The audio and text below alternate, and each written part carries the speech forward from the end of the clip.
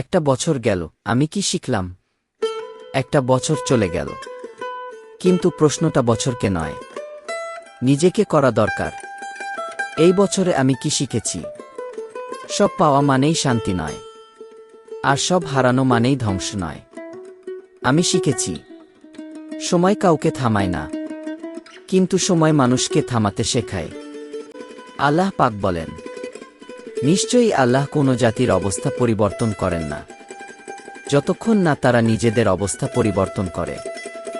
সূরা Ra'ad, আয়াত 11। এই বছর আমাকে শিখিয়েছে, সব কথা বলার দরকার নেই, কিছু কথা আল্লাহ জানলেই যথেষ্ট।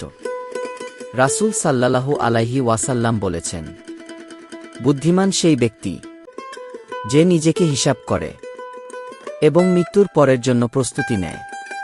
তিরমিজি শরীফ। হে আল্লাহ, নতুন এই বছরে আমাদের ভুলগুলো ক্ষমা করে দাও, অন্তরকে পরিষ্কার করো, আমলকে কবুল করো, আর আমাদের জীবনকে তোমার সন্তুষ্টির পথে চালাও। আমিন।